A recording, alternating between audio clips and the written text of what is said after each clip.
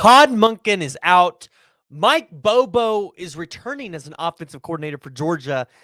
Hey, and this move's big. We got to talk about it.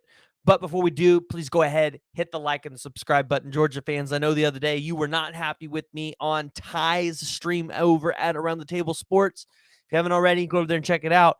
But we're here to talk about what your program looks like, because I think there's maybe some questions because you're losing probably your best offensive coordinator that you've ever had in this program. And listen, I just want to talk about it. But before we do, please go ahead, hit the like and the subscribe button. Let me know what you all are thinking down in the comments below. Let's talk about it.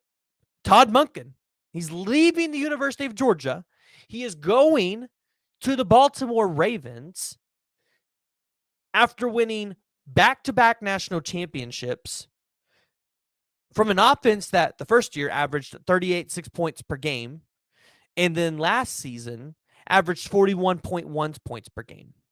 So when you look at the role that this Georgia offense played in Georgia winning the national championships, I know a lot of us will have a tendency to look at it and say the defense is what won Georgia those championships.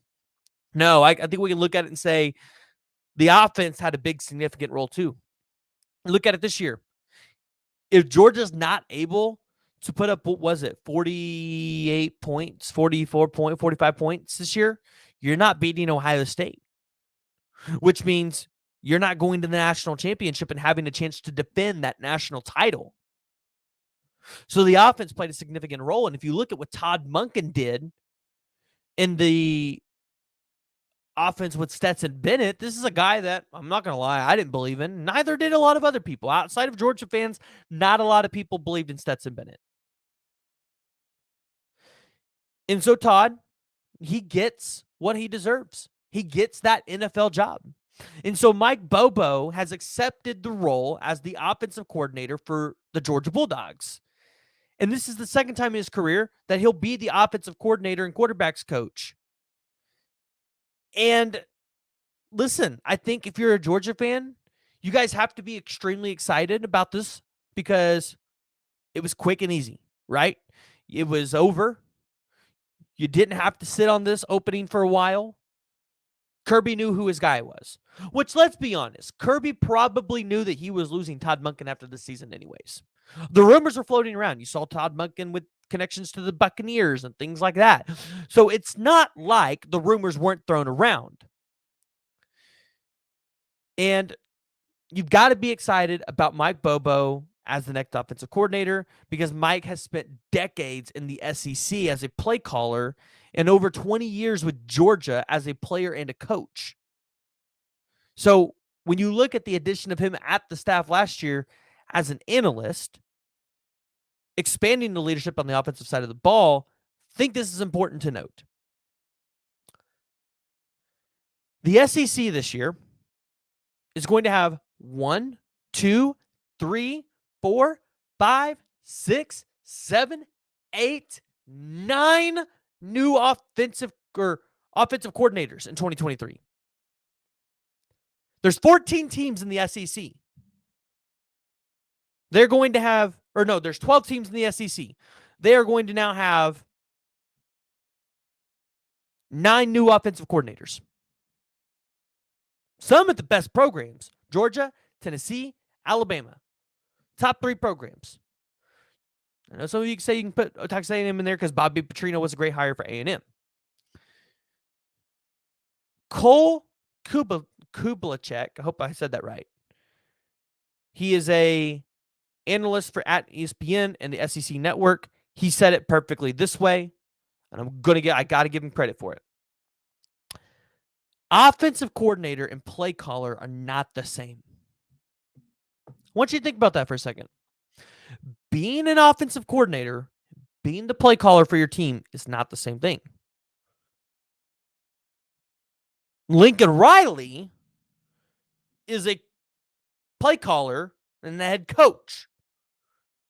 He might hire Shane Beamer as his offensive coordinator in Oklahoma. But Lincoln Riley's calling those plays. So when Shane Beamer leaves the University of Oklahoma was fine. there wasn't a gap on the offense outside of just talent because the same guy was still there calling the same plays. Coincidence? I think you're going to see the same thing in Georgia. Now, the question is, what's this quarterback situation going to look like for Georgia? It's probably a little bit more open now. It's also uncertain what you got there at the quarterback position. Do you have that dude that's going to be able to step up and take Georgia to a national championship? I think that's the question on a lot of Georgia's minds. Because right now it looks like it's going to be Carson Beck. But I think a lot of people still think that maybe Brock Vandagriff could potentially be something. Now, I haven't watched a lot of Georgia football, so I haven't seen these quarterbacks, so I don't know. I would assume because Brock Vandagriff was behind Stetson Bennett that maybe he just wasn't getting that shot. I don't know. But this is going to be interesting. This is going to be interesting to see how this even affects Georgia on the recruiting trail. Because although you might have not lost your play caller, which I'm not sure if he was the play caller or not, Mike Bobo, but let's assume he is the play caller. Is the playbook changing? I think that's going to be interesting because if it does, I wonder if it changes significantly to where Georgia doesn't use the tight ends or something like they have been. Maybe Mike Bobo goes more of a conservative, pound the ball SEC type, like what we used to see with SEC football at the running back position.